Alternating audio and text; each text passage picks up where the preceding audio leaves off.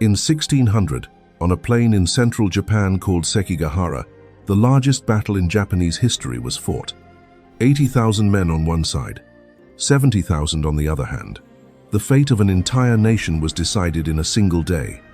The man who won that battle went on to rule Japan for over 250 years through his descendants, the Tokugawa shogunate, the longest period of peace and stability in Japanese history. His name was Tokugawa Ieyasu. And here is the thing almost nobody tells you about him. He was not the greatest swordsman, not the most charismatic leader, not the one who inspired the most loyalty or commanded the most fear. There were warlords in Japan at that time who were more powerful, more brilliant in battle, and more celebrated by the men who served them. Every single one of them was dead before Ieyasu was finished. Not because he killed them, because he outsmarted them, because while they were busy being powerful and feared and brilliant in the short term, Ieyasu was playing a different game entirely, a longer game, a quieter game, a game whose rules most of his rivals never even realized they were playing. He spent 30 years building the position that allowed him to win Sekigahara in a single day. 30 years of patience, observation, alliance building, strategic retreat, and calculated waiting. 6 principles from his life. 6 ways to start thinking 10 steps ahead of everyone around you. Subscribe, and let's begin. Who was Tokugawa Ieyasu? Before the 6 principles, you need to understand who Ieyasu was, because his life before the victory is the entire argument. Ieyasu was born in 1543 in a minor domain called Mikawa. His father died when he was 6. He was taken hostage at the age of 6, first by one warlord, then by another, used as political leverage in the complex web of feudal alliances that defined 16th century Japan. He spent his childhood in the houses of men who had power over his life and death, men he could not fight, could not escape from, could not challenge directly. Men he had to understand completely, because understanding them was the only survival tool available to him. This is where Ieyasu's strategic education began, not in a dojo, not in a school of military theory. In the houses of his captors, watching how powerful men thought, what they feared, what they wanted, where they were blind to their own weaknesses. By the time he was old enough to lead, he had spent a decade studying human nature at the highest levels of power from a position of complete vulnerability. That education never left him. 6 principles he built from it. Principle 1. Your weakness is your classroom. The strong, manly ones in life are those who understand the meaning of the word patience. Tokugawa Ieyasu. Sunpu Castle, 1547. Ieyasu is 6 years old. He has just arrived as a hostage in the household of Imagawa Yoshimoto, one of the most powerful warlords in Japan. He is a child in an enemy's house. He has no rights, no protection, and no path out. His survival depends entirely on his value as a political instrument. Most children in this situation would have one of 2 responses: collapse inward from the terror of it, or perform a brittle, obvious bravado to mask the fear. Ieyasu did neither. He watched. He watched how Yoshimoto made decisions. Who did he listen to? He dismissed. What made him generous, and what made him dangerous? How the men around him competed for his favor, and how that competition shaped everything that happened in the household. He was building, from the age of 6, a model of how power actually works, not how it presents itself, but how it moves underneath the surface. This is the first principle. Weakness, when approached correctly, is not a disadvantage. It is a classroom with the best possible teacher. Every position of disadvantage gives you access to information that strength cannot see. The person at the top of a hierarchy sees it from the top. The person moving through the middle of it, negotiating, observing, adapting, sees how it actually functions. Most people in positions of weakness focus their energy on escaping the weakness as quickly as possible. They miss the education that the weakness is offering. Ieyasu stayed in that household for 12 years. He learned everything about how Imagawa ran his domain, every strategic habit, every blind spot, every relationship that held the structure together, and every tension that threatened to tear it apart. When Imagawa was killed at the Battle of Okehazama in 1560, Ieyasu did not need to figure out what to do next. He had spent 12 years figuring it out already. He walked out of Sunpu, returned to Mikawa, and began building his own domain with a precision that was only possible because of the 12 years of forced observation that preceded it. How it applies to your life. The position you are in right now, whatever its limitations, is offering you an education that a better position would not give you. What do you see from where you are that people above you cannot see? What are you learning about how things actually work underneath the official version? The disadvantage is real, but so is the information it provides if you choose to collect it. Principle 2. Let your enemies spend themselves. If you know the enemy and know yourself, you need not fear the result of 100 battles. Sun Tzu. Central Japan, 1573. Ieyasu is 30 years old.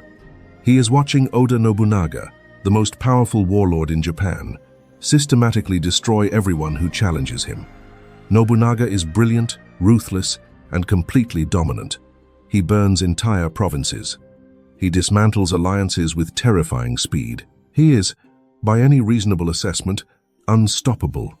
Ieyasu has been Nobunaga's ally for 11 years, an alliance he chose carefully, understood precisely, and maintained with discipline, not because he loved Nobunaga. Because he had read the strategic situation clearly enough to know that fighting Nobunaga was a way to die, and that allying with Nobunaga while remaining independent enough to matter was a way to grow.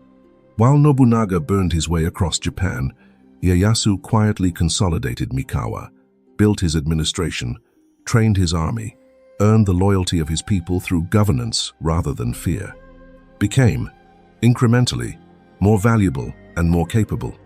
He let Nobunaga spend himself against the most dangerous enemies in Japan. This is the second principle. In any competitive environment, the people who move first and hardest expend the most resources. Let them. Your job is to be more capable when they are finished than they are. Most people's competitive instinct is to match aggression with aggression, to respond to every challenge immediately, to establish dominance early. This feels strategic. It is often the opposite. Aggressive early action reveals your capabilities, depletes your resources, and creates enemies before you have the strength to manage them. The person who waits, who builds quietly while others fight visibly, who lets the most aggressive competitors exhaust each other, often inherits a landscape that the fighters have cleared for them. Ieyasu watched three of the most powerful men in Japan, Nobunaga, then Hideyoshi, then the coalition against him, spend themselves in dominance. He outlasted all three, not by being more powerful, by being more patient and more precise about when to move. How it applies to your life. In your competitive environment, who is spending themselves? Who is moving aggressively, creating enemies, burning resources to establish dominance? You do not need to defeat them directly. You need to be more capable when they are finished than they are right now. Build while they fight. Position while they posture. The loudest person in the room is rarely the most dangerous one. Principle 3. Read people better than they read themselves. Think lightly of yourself and think deeply of the world. Miyamoto Musashi. Osaka, 1598. Toyotomi Hideyoshi is dying. He has unified Japan through a combination of military brilliance and political ruthlessness that makes him the most powerful man in the country's history. He is also, in his final months, a man consumed by one fear above all others. His son, Hideyori, is 5 years old, too young to hold power, too valuable as a symbol to be abandoned. Hideyoshi needs the most powerful warlords in Japan to swear loyalty to his son. He needs them to mean it. He calls them all together. He extracts oaths. He makes arrangements. He does everything a dying, powerful man can do to extend his influence beyond his death. Ieyasu swears the oath, loudly, publicly, with every appearance of sincerity. And then he immediately begins building the alliances that will allow him to take everything Hideyoshi has left behind. Not because he is dishonest by nature, because he has read the situation with complete precision. He has read Hideyoshi's fear and the weakness it produces. He has read the other warlords and understood which ones will honor the oath and which ones will not. He has read the 5-year-old's political value and understood exactly how long that value will last, before it becomes a liability. Most of the other warlords are managing their own ambition, their own fear, their own positioning. They are thinking about themselves. Ieyasu is thinking about all of them. This is the third principle. The strategic advantage that compounds over everything else is the ability to understand other people more accurately than they understand themselves. Most people observe others through the lens of their own motivations. They assume others want what they want, fear what they fear, and will respond as they would respond. This produces systematic misreading. The person who wants power assumes everyone wants power. The person who fears humiliation reads every interaction through that lens. The person driven by loyalty assumes loyalty is the primary driver for others. Ieyasu had spent his childhood in other people's houses, reading them as a survival skill. By the time he was an adult, he had developed an almost clinical ability to separate what a person presented from what they actually wanted and feared. To see the gap between the public position and the private motivation. That gap is where strategic opportunity lives. He knew, watching Hideyoshi extract those oaths, that the oath was theater. That what mattered was not the oath, but the calculation each warlord was making about whether keeping it would serve their interests. He knew which ones would keep it and which ones would not. He positioned himself accordingly. How it applies to your life. In your next high-stakes interaction, spend less time managing your own presentation and more time reading the other person. What do they actually want? Underneath what they are saying they want. What are they afraid of? What is the gap between their public position and their private calculation? The answers to those questions are available in how they move, what they avoid, and what they respond to with disproportionate energy. You do not need to manipulate this information. Simply seeing it more clearly than they expect you to see it changes every interaction. Ieyasu once said that patience in a moment of anger will save you 100 days of sorrow. If this is giving you a new way to think, subscribe. This is what this channel is for. Principle 4. Lose the battle, win the position. Persuade thyself that imperfection and inconvenience are the natural lot of mortals, and there will be no room for discontent, neither for despair. Tokugawa Ieyasu. Mika Tagahara, 1573. Ieyasu's worst day. He is facing Takeda Shingen, widely considered the finest general in Japan. Shingen's cavalry is the most feared military force in the country. The battle is a catastrophe. Ieyasu's army is routed. He barely escapes with his life, riding hard back to Hamamatsu Castle while Shingen's forces pursue. By most measures, this is a devastating defeat. A lesser strategist would spend weeks recovering from the humiliation, reassessing his capabilities, perhaps withdrawing from aggressive positioning. Ieyasu does something that has puzzled historians ever since. He orders the gates of Hamamatsu Castle thrown open, fires lit, drums beaten. Shingen, approaching with his victorious army, expects a panicked defense or a desperate flight. He finds open gates and noise. The standard interpretation of this posture, in the tactical language of the era, is a trap, a confidence so complete it does not bother to close the gates. Shingen stops, waits, eventually withdraws without attacking. Ieyasu had no trap. He had open gates and audacity. But he had read Shingen precisely enough to know that the general's caution in the face of unexpected confidence would override his advantage. He lost the battle and saved his castle. This is the fourth principle. A loss is only a defeat if you cannot turn the position it creates into an advantage. Most people experience defeat as a fixed state. Something happened and it was bad and now you are behind. The task is to recover from the loss, to get back to where you were. Ieyasu's relationship to defeat was different. A loss changed the terrain. The new terrain had different features. Some of those features were disadvantageous, some were not. The task was not to recover the previous position, but to find the advantage in the new one. He lost at Mikatagahara and used the loss to demonstrate, to Shingen and to every other warlord watching, a quality of nerve that a victory could not have demonstrated as clearly. A man who wins a battle displays capability. A man who loses badly and then throws open his gates displays something rarer and more dangerous, the willingness to gamble everything on his read of the opponent's mind. That quality, demonstrated in defeat, built a reputation that served Ieyasu for decades.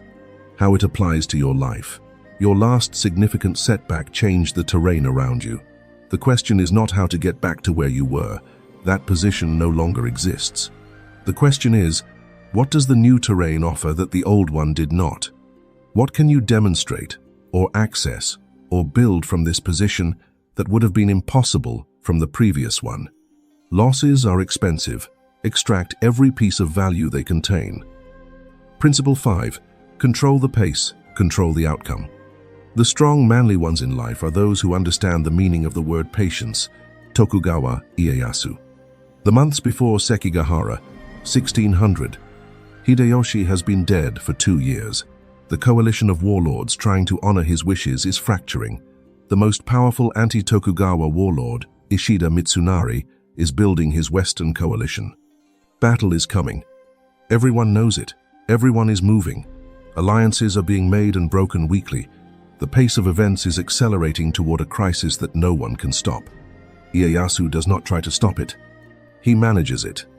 He makes his moves at the exact moments when they will have the maximum effect. He secures the alliances he needs without overextending. He allows Mitsunari's coalition to solidify to the point where it appears threatening enough to justify Ieyasu's response, but not so solid that it cannot be broken. He times his military moves to arrive at Sekigahara before his Western opponents are fully coordinated. He wins Sekigahara not because his army is superior. He wins because through months of precise timing, he has arranged the battle to occur at the moment most advantageous to him and least advantageous to his opponents. This is the 5th principle. In any competitive situation, the person who controls the pace controls the outcome. Speed is not always an advantage. The person who moves fastest sets the agenda, but they also reveal themselves earliest, deplete resources soonest, and give their opponents the most time to prepare a response. The person who controls the pace, who can slow things down when slowness serves them, and accelerate when acceleration is the weapon, has a structural advantage over both the person who moves too fast and the person who moves too slow. Ieyasu was the master of this. In every major strategic decision of his life, he moved at the moment of his own choosing, not in response to external pressure, not faster than necessary, not slower than the opportunity allowed. He set the tempo. How it applies to your life. In your current competitive situation, who is setting the pace? Are you responding to their tempo or establishing your own? The person who is always reacting is always behind. The person who can slow down a negotiation that is moving too fast or accelerate a decision that their opponent is trying to delay holds a structural advantage that has nothing to do with the content of the negotiation. Control the when, the what will follow. Principle 6. Build what outlasts you. After victory, tighten your helmet straps. Tokugawa Ieyasu. Edo, 1615. Ieyasu is 72 years old. He has won Sekigahara. He has been named shogun. He has passed the shogunate to his son Hidetada after just 2 years, establishing clearly that the title belongs to the Tokugawa family and not to one man.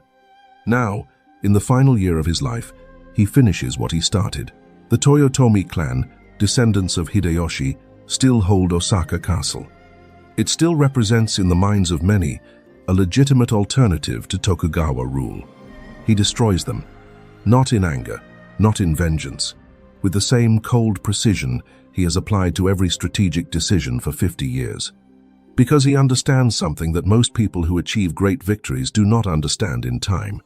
The victory is not the end. The victory is the beginning of the construction.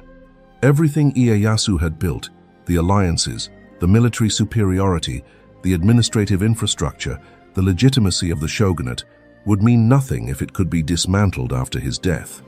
He needed to remove the alternatives, establish the institutions, create the structures that would function without him. He died in 1616, 1 year after the fall of Osaka Castle. His descendants ruled Japan for 250 years. This is the 6th principle. The ultimate measure of strategic intelligence is not what you achieve. It is what continues after you are gone. Most people build for the moment of victory. They work toward a goal, reach it, and then discover that the victory requires constant defense, that the position is not as secure as it appeared from the outside. that the thing they built was dependent on their personal presence in a way they had not fully accounted for. Ieyasu built for the 200 years after his death. Every decision in the final decade of his life was evaluated against that horizon. Every alliance, every institution, every political arrangement was designed not for what it produced immediately, but for what it would sustain after he was gone. This is the longest game there is, and it is available to you at whatever scale you are operating. How it applies to your life. What are you building that will continue without you? Not as a legacy in the abstract sense. Concretely, if you were removed from your work, your relationships, your projects tomorrow, what would continue functioning and what would collapse? The answer tells you whether you are building or performing. Ieyasu built. That is why the Tokugawa name outlasted him by 2.5 centuries. What this means for you. Tokugawa Ieyasu is not famous in the way Miyamoto Musashi is famous. There are no movies about him in the West, no motivational quotes circulating on Instagram, no mythology of the lone warrior following his own path. He is famous in Japan for something harder to romanticize and more useful to understand. He won, completely, over a 50-year career against the most dangerous competition in Japanese history, without being the most talented, the most feared, or the most powerful at any given moment. He won because he thought more clearly, more patiently, and more precisely than everyone around him. Here is what these 6 principles look like in practice. You stop treating your current limitations as obstacles and start treating them as information. You extract the education that only your current position can give you, and you build from it. You stop measuring yourself against the most aggressive people in your environment and start watching how they spend themselves. You build while they fight. You are ready when they are finished. You develop the habit of reading people more accurately than they read themselves. You spend less time managing your own presentation and more time understanding what the other person actually wants and fears underneath what they say they want and fear. You stop treating losses as setbacks and start treating them as changes in terrain. You ask what the new position offers rather than how to recover the old one. You take control of the pace in your competitive situations. You stop reacting at the speed others set and start moving at the speed that serves you. And you build things that will continue without you. That does not depend on your constant presence and energy to function. These are designed for the long horizon rather than the immediate victory. None of this is glamorous. Ieyasu is not a romantic figure. He was patient when patience was humiliating, calculating when calculation looked like cowardice, and willing to be underestimated by people who confused aggression with intelligence. He outlasted all of them. That is the only score that matters. Tokugawa Ieyasu died in 1616 at the age of 73. He had spent 67 of those years in strategic competition with some of the most capable men Japan had ever produced. He had been a hostage, a minor lord, a powerful ally, a shogun, and finally the founder of a dynasty that would govern Japan for 2.5 centuries. He was not the greatest swordsman, not the most brilliant battlefield general, not the most feared or the most loved. He was the most patient, the most precise, the most willing to think at a scale and a time scale that made everyone around him, however talented, ultimately irrelevant. The 6 principles in this video are the mechanism behind that record. Learn from your disadvantages. Let your competitors spend themselves. Read people more clearly than they read themselves. Find the advantage in every loss. Control the pace. Build for what comes after. These are not ancient secrets. They are the habits of mind that produce strategic clarity in any environment, in any era, at any scale. The competition around you is not smarter than Tokugawa Ieyasu's competition was. You have access to the same principles he used. The only question is whether you will apply them with the patience and precision they require. Ieyasu waited 30 years. You can start today. Comment below. After victory, tighten your helmet straps. Subscribe to Presence and Purpose for ancient wisdom tested by time and confirmed by science. New video every week. Ieyasu waited 30 years and then won everything.